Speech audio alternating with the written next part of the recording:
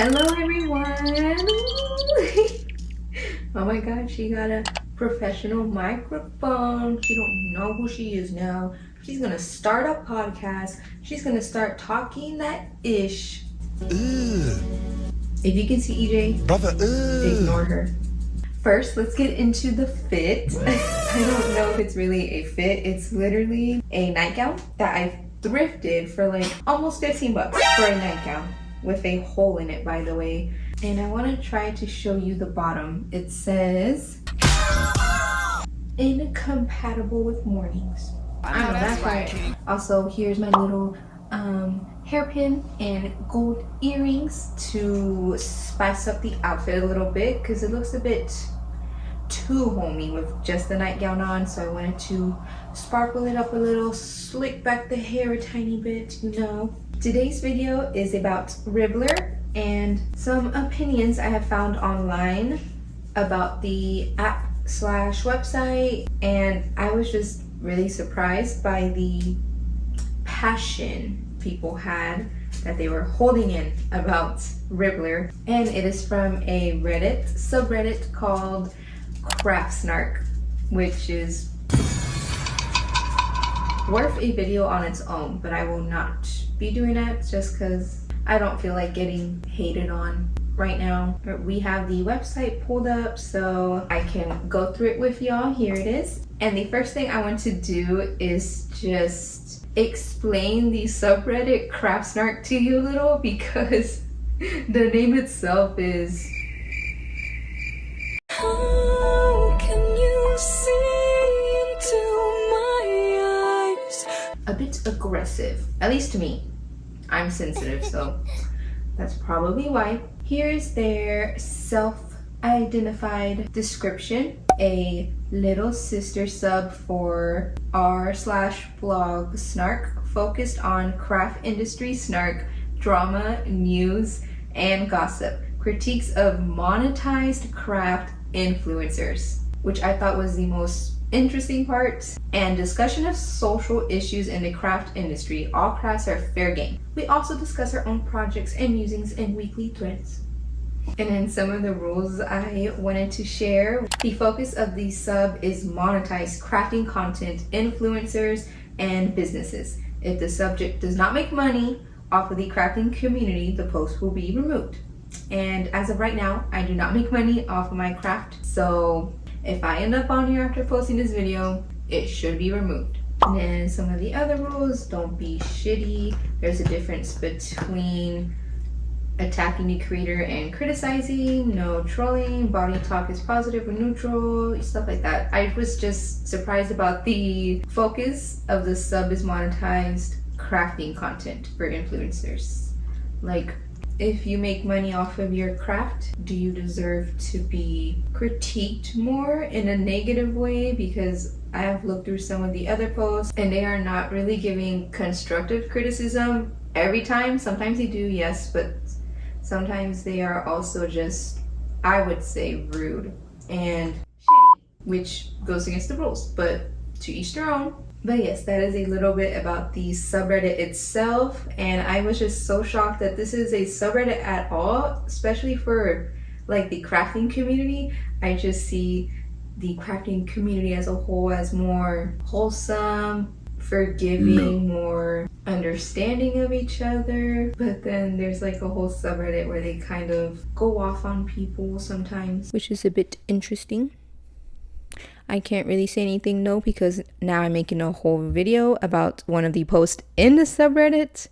So, but the specific post that caught my eye is titled "Ribblr is the shovelware of knitting/crochet patterns." And I will also put it up on a screen so you can read it if you would like to, but I will also be reading it out loud for those of y'all that are crafting, knitting, crocheting, maybe even diamond painting while watching this video. That way you don't have to stop and take your eyes off of your work.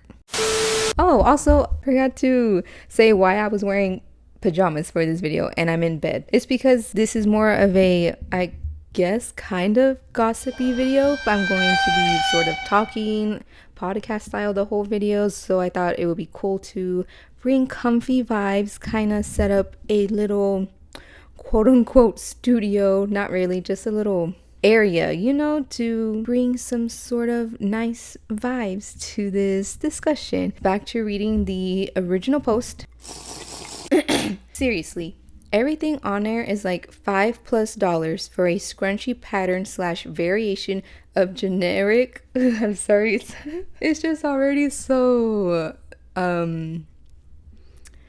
animated of generic. Hell no, man. Of generic amigurumi / bulky hat or sweater acrylic monstrosity you sell at craft fair / blatant copyright infringement. Where for the scrunchies you literally just do a million double crochet in a hair tie. I can absolutely tell that Ribblr is catering to the COVID Yarnfluencers who learned how to knit a panel and decided to monetize with pattern making because 99% of these sweater / cardigan patterns fit like ass. Sorry. That's how I imagine her typing this or saying this out loud would sound like. Oh, and that whole thing where they're like, we write patterns with non-standard terms for beginners is just cover for we don't actually understand any technical construction because we started monetizing this hobby after one project. Please buy my $10 super bulky number 6 cardigan pattern that will fit you like a tent and fall apart / pill after 3 washes. And I will absolutely complain to my chaotic followers about anyone on Instagram who tells me I don't deserve royalties off what people make / sell of my extremely basic, unartistic, and fitting knitting / crochet patterns. That was all in quotes, by the way. They're marketing as writing for beginners because they literally are themselves and are being pretentious about others essentially funding their hobby because the pattern execution is clearly too unprofessional to be considered anything else than hobby. These are bottom of the barrel designers, quote unquote designers. I'm also reading it with the typos just to get the point across that she was probably a bit upset because she was just typing away. Mistakes and all, girl. We've all been there. Like, if you compare the hot patterns on Ravelry to the front page of Ribblr, it is astounding how much higher quality patterns on Rav are. Rav makes Ribblr look childish and amateur, and Rav even has its fair share of crap. They do. For reference, I am 25-year-old female and am absolutely the target demo for Ribblr. I've just been knitting since I was 6, so Rav / Interweave, press / nitpicks publications have been my go-tos. They will probably remain so. LOL. Period, girl. She went off. This has 334 upvotes and 97 comments. Can you believe this? This was also posted 10 months ago, so in case you wanted to know, it is an archive post, so you cannot make a new post. If you could, there would probably be thousands of comments. So that was the main post. She does have a point about the experience of some pattern makers on Ribblr. I had noticed that when I went onto the app for the first time, but I wasn't going to say anything, but some people are braver than me. Kudos to them, like honestly. All right, let's go into the comments now and see what other people think.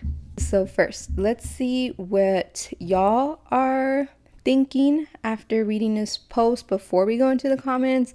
Do you agree? Are you taken aback, a bit shocked? Let me know, or keep that in the back of your mind while we go into the comments.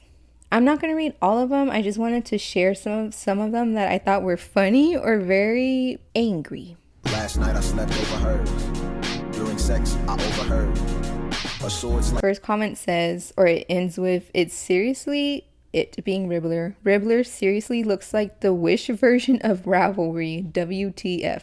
And I thought that was funny because it's so true. I mean, look at the website. It is very overstimulating. That's the first website I've ever visited that's been so overstimulating to me. And I thought something was wrong with me because how can a website make me this upset? Non-standard terms so beginners can get it even more wrong. That one's true. That part makes no sense. Non-standard terms. The point of standard terms are that they're standard.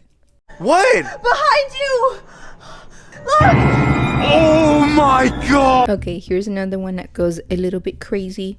Not gonna lie, all these yarnfluencers who make oversized shrugs with roving and needles approximately the size of a cucumber make me so frustrated. I guess that was supposed to be a joke. Don't really know how the size of a needle makes them so frustrated. On we go.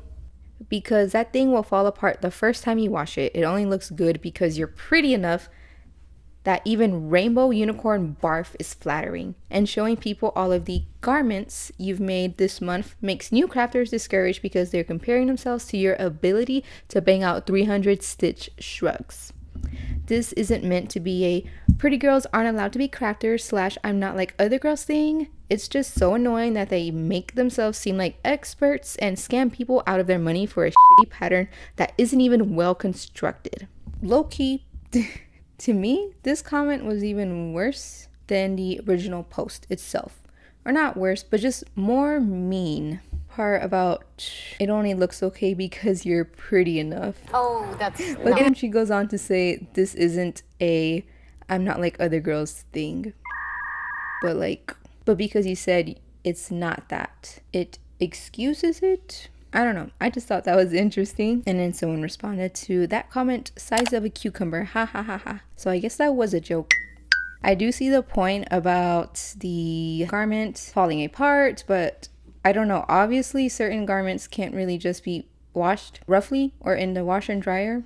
So especially if you're a crafter, you should know yourself what will fall apart after one wash. And then you're the one making it. If they're selling a pattern, you're the one actually making it. So maybe that says something about yourself and your abilities. If your own project falls apart after the first wash. I don't know. What do y'all think? Because honestly, I like those oversized garments. They are a bit overdone, I guess, but I don't know, they're still cute. I like them. Someone said this was fun to read. Great rant. It was fun. It was a good rant. Just took me off guard because I've never heard people in the crafting community be so criticizing, I guess. Ooh, here's an interesting take. It's the general public's fault these people are selling their crap the instant they learn how, because you show anything you've made to absolutely anyone and they immediately say, oh, you could sell this, and look at you like you have 5 heads if you say you don't want to turn your relaxing hobby into a third job. And then someone responded saying, every conversation about every scarf I've ever made. This one, I like this one. It's like almost every time I complete a project, someone will say that, oh, you should sell that, you should turn that into a business, you should make that for a living. Oh my god, it's not that easy. First of all, second of all, I couldn't live off of that because I would have to lower the price, because I can't price my projects at what they're really worth, because then no one would be buying them. And it is kind of true because some people are more susceptible, I guess, to other people's opinions. So if they keep hearing, oh, you should sell that, you should start a business, and they're brand new to crochet like 2 months in, and then they start a whole business and make a website when they are very inexperienced still, it happens. I've almost fallen into it after making like my first top ever, and it was horrible. Like, I should not be selling that project, but people are telling me to, so you know, it just gets in my head. Someone also responded, I get this all the time. There's a bajillion people doing the same thing. Also, I like making stuff for myself. Everything doesn't need to be sold elsewhere.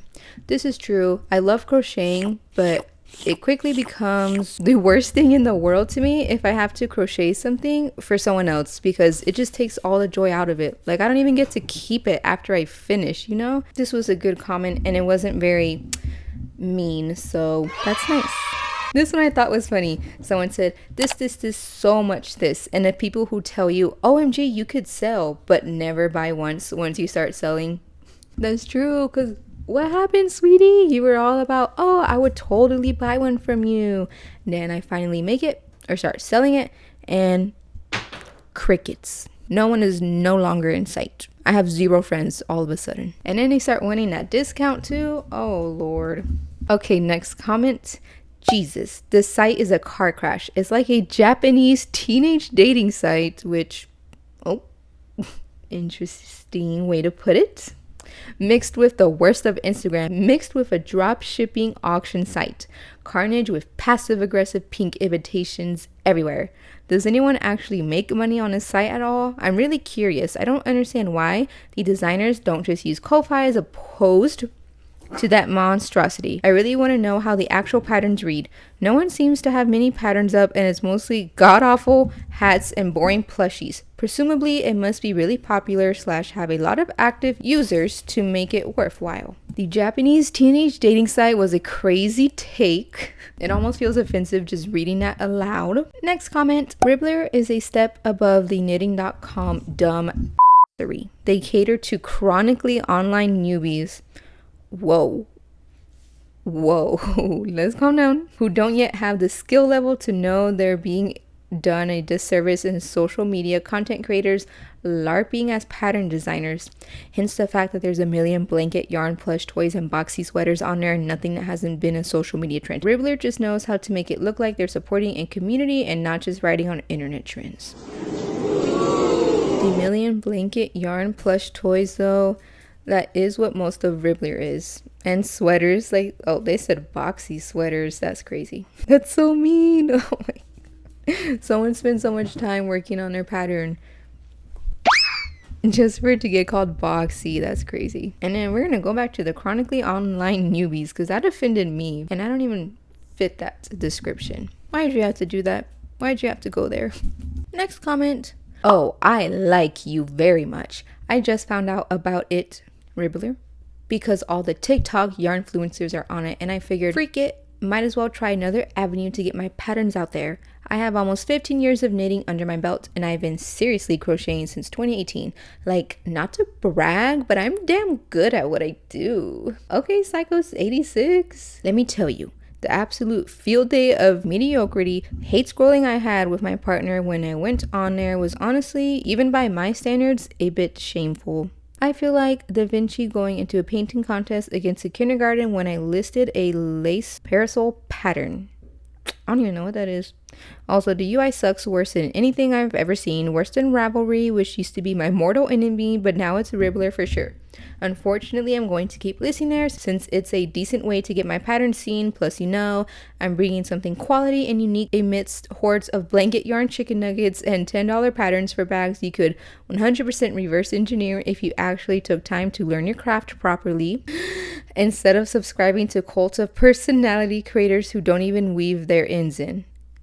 Emoji. It is a good place to get your patterns out on. I have posted a few free patterns on there because I don't call myself a pattern designer, so I don't want to sell my patterns if I'm not an expert in it. So my patterns are all free on there, and I do get seen on there the most out of any other platform or website that I share on. So that part is true. The UI does suck. I hate the stories on top of the website and app. I hate the pop-ups for the dumb wheel spin. It is a lot of purple, a lot of text, a lot of tabs also, and pages. Like, it takes me forever to find out how to get to my patterns, my own patterns. It's just so confusing on that website. I'm not gonna lie, there are a lot of patterns on there that people are selling for like over $5, which is crazy, for a basic pattern that is already on Instagram, TikTok, and or YouTube for free already. Like, they just completely stole the pattern and changed it into a different color, changed the name, and then started selling it. There's a lot of that on Ribblr, which is sad to see. But and then people are making money too, which is crazy. That part does shock me, how people really fall for it. Buying a $7 pattern when there's a free tutorial on YouTube. Like, how do you not search up a free pattern before buying? I don't know. It's crazy how people are actually making money off of that. And $10 patterns for bags, I wouldn't be surprised. I've probably seen that. It's just sad. Ooh, here's a comment from a seller on there. As someone who sells patterns on there, I agree. The site is also not profitable at all for sellers, as it is so oversaturated.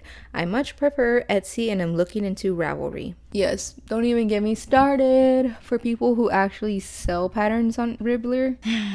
It is so annoying and frustrating to type your pattern into Ribblr. Even if you already have PDF, you have the entire pattern written out, you can copy and paste it into Ribblr, but the way Ribblr formats it, it just messes up your entire pattern. So then you have to sit there just going through deleting stuff, adding spaces, changing a format because Ribblr messed it up when they couldn't just copy and paste it as it was. It's so annoying. I remember I released my first pattern on Ribblr years ago. And literally after posting it, I deleted the app and I didn't go back on the app for years, literal years. I'm not even exaggerating, because the site just frustrated and overwhelmed me so much. I didn't even want to go back on to see how my pattern did, to see if people liked it, to see if someone needed help with it. I just completely, it was way too much for me. So confusing. It feels like an illegal site. That's what Ribblr feels like I shouldn't be on here. This underground ass website, who designed it? So sad, because they could really be someone. They could be that girl.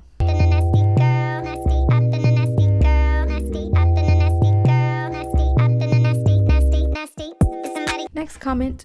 I like Ribblr for the free patterns I've been able to find, especially because being able to check off the rows on my phone instead of just looking at a PDF has been useful personally, but that's mostly because I don't print my patterns. I've only bought one pattern on there, and I don't think I'll buy more, just because it's absurd that you basically only have access to that pattern on Ribblr versus a PDF you could download and print or store elsewhere. It's not the best, but it's useful in moderation.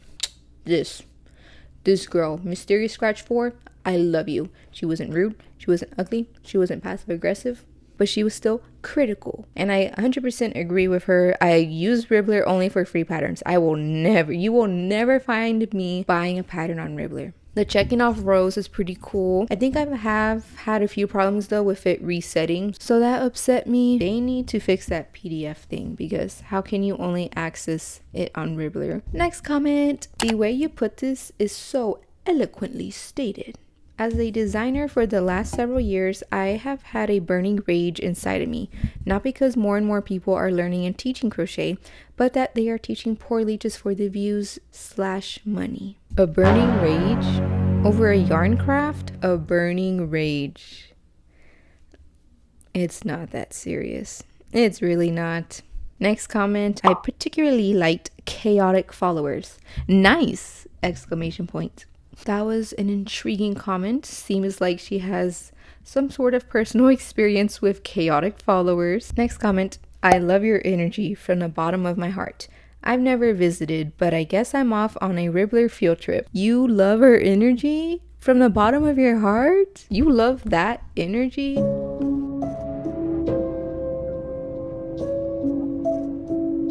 I thought that was a bit of a rude post. In some parts at least, but you love that.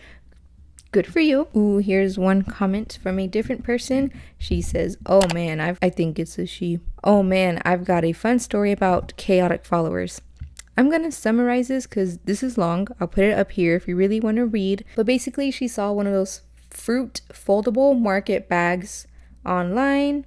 She saw an orange version on Instagram, and she thought, oh boy, I can do much better than 2 circles of double crochet. So she made a detailed version with like even the wedge details, uploaded a tutorial for free and the pattern for free on Ribblr. A couple days later, she got extremely nasty comments from people who followed this original designer, which had over 100K on Instagram. And the person that made the more detailed market bag only has 300 followers. Anyways, the influencers followers were saying that the creator stole the influencer's design and that they are tearing down other designers, etc., etc. It's not a hard design, and I've made this version in other fruits. They are offering a detailed version with wedges for free, and the other designer made 2 circles of double crochet, and their followers jump on me like I killed Jesus. The influencer also uploaded their pattern for $8 for the simplest version of a bag that everyone is making, and the designer's followers had the audacity to dogpile me. Needless to say, I can't stand Yarnfluencers and these freaky little circles of frothing followers who hang on there everywhere like it's some kind of crochet gospel. That story was crazy because I really hate when that happens.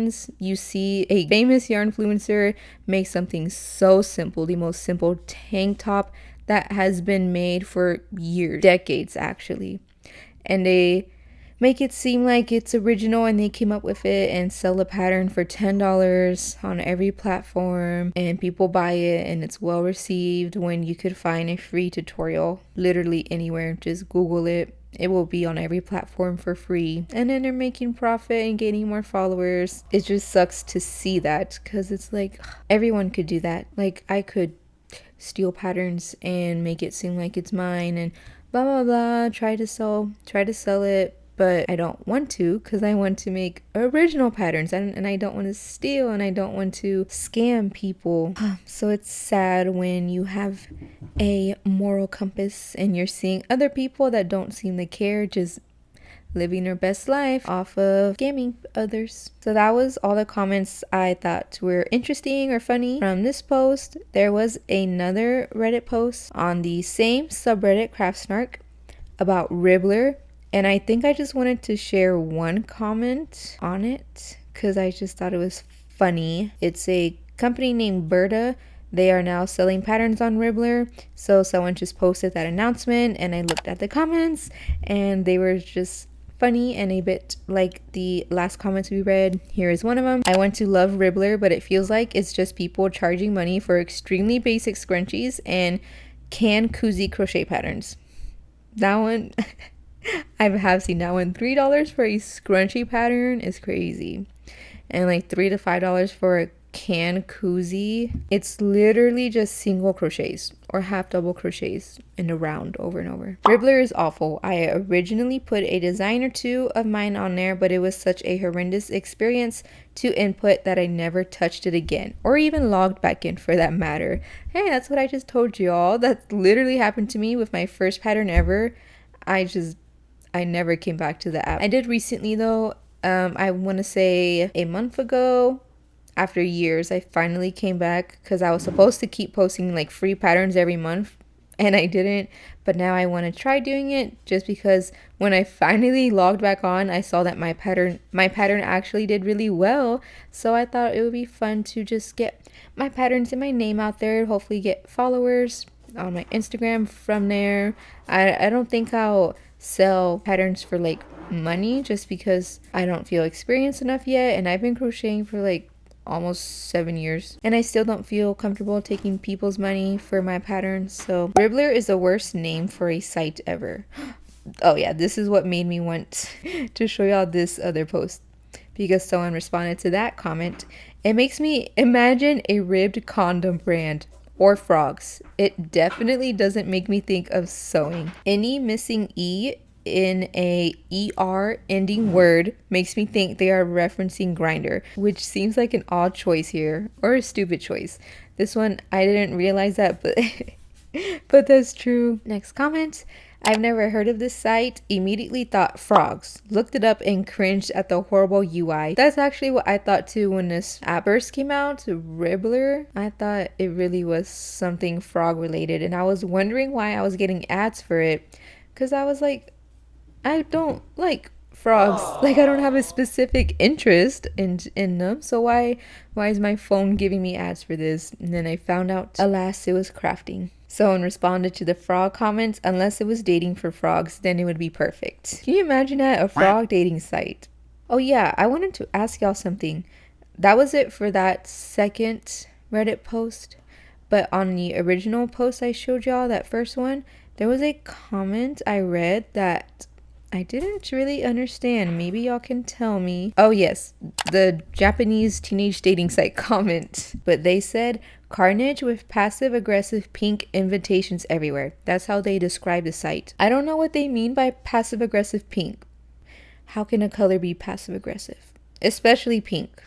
And I thought their site was all purple. That was really it. Let's close this bad boy. Oh my goodness, I've been recording. I've been talking for almost an hour straight. That's psycho. I never talk. What do y'all think about this subreddit craftsnark?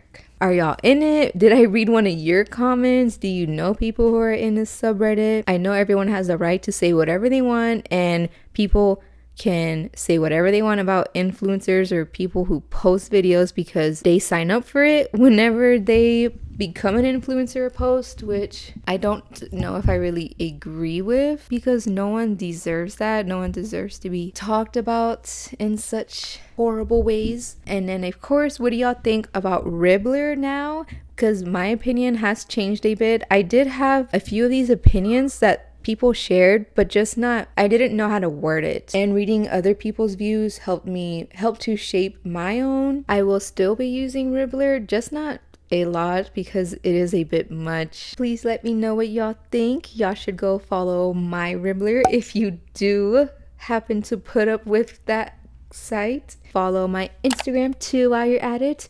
I get a lot more personal and share my life more on there. And honestly, so does EJ.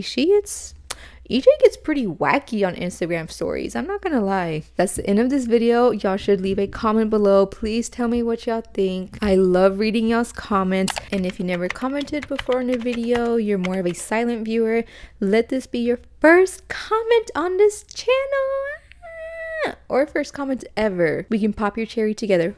That was too far. I'm sorry. I respond to almost every comment, so why not? You'll get a like and a heart from me. Thank you so much again for watching, and I hope y'all have a great day or night wherever you are. Mwah. Bye!